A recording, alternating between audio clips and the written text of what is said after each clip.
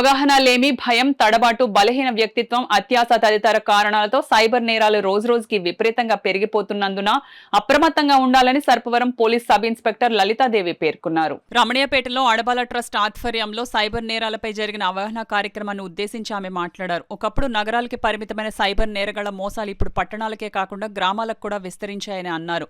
బ్యాంకుల పేరుతో ఫోన్ చేసి ఓటీపీ తెలుసుకుని మోసం చేస్తున్నారని అన్నారు. అదేవిధంగా లోన్ యాప్స్ ద్వారా కూడా మోసాలు జరుగుతున్నాయని అన్నారు. ఏదైనా సైబర్ నేరం జరిగితే బాధితులు వెంటనే 1930కి ట్రోల్ ఫ్రీకి ఫోన్ చేయాలని అన్నారు. కొత్త నంబర్ నుంచి ఫోన్ కాల్ వచ్చినా, మెసేజ్ వచ్చినా దానికి స్పందించరాదని అన్నారు. వ్యక్తిగత వివరాలు, Aadhaar, phone, bank account, ATM తదితర సమాచారాన్ని ఎవరికి షేర్ చేయరాదని అన్నారు. పోలీసులమని చెప్పి భయపెడితే వారికి డబ్బులు పంపకుండా వెంటనే సమీపంలోని పోలీస్ స్టేషన్కు ఫిర్యాదు చేయాలని అన్నారు. అదేవిధంగా వృద్ధులు కుటుంబ సభ్యులతో తప్ప వేరే వారితో కలిసి జాయింట్ అకౌంట్ ఓపెన్ చేయరాదని అన్నారు. యువకులు పలువురు ఆన్లైన్ గేమ్ ఆడి లక్షలాది రూపాయలు నష్టపోతున్నారని, కొందరైతే తల్లిదండ్రులను కూడా తక్కువ సమయంలో ఎక్కువ డబ్బు సంపాదించవచ్చని ఈ ఊబిలోకి దింపుతున్నారని లలితాదేవి ఆవేదన వ్యక్తం చేశారు. అనంతరం ట్రస్ట్ చైర్మన్ అడబాల రత్నప్రసాద్ ఆధ్వర్యంలో లలితాదేవిని ఘనంగా సత్కరించారు.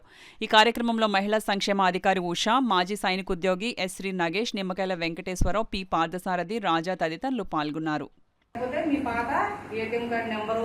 దాని ఓటీపీ అవన్నీ మనకు చెప్పండి, దాని మీద డేట్ ఆఫ్ ఎక్స్పైరింగ్ ఇయర్ ఉంటుంది, అవన్నీ మనకు చెప్పండి అని అడుగుతారు.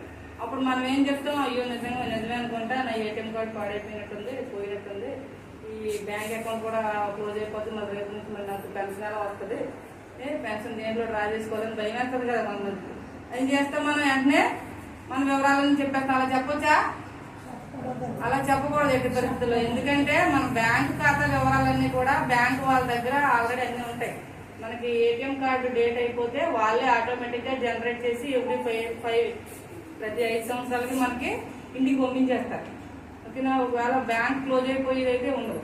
వాళ్ళు మనకి ఇన్ఫర్మేషన్ ఏమేమి దాని గురించి చెప్పరు, ఫోన్ చేసి మన ఇన్ఫర్మేషన్ ఏమి అడగరు. కాబట్టి మనం ఎట్టి పరిస్థితుల్లో కూడా బ్యాంకు వివరాలు కానీ, మన ఏటీఎం కార్డు ఓటీపీలు కానీ చెప్పకూడదు. ఓకే కదా? అర్థమైంది. పెద్ద ఫోన్లు వాడే వాళ్ళకి ఏమవుతాయంటే, మనం ఏమైనా దాంట్లో ఆన్లైన్లో ఆర్డర్ పెట్టుకుంటూ ఉంటాం.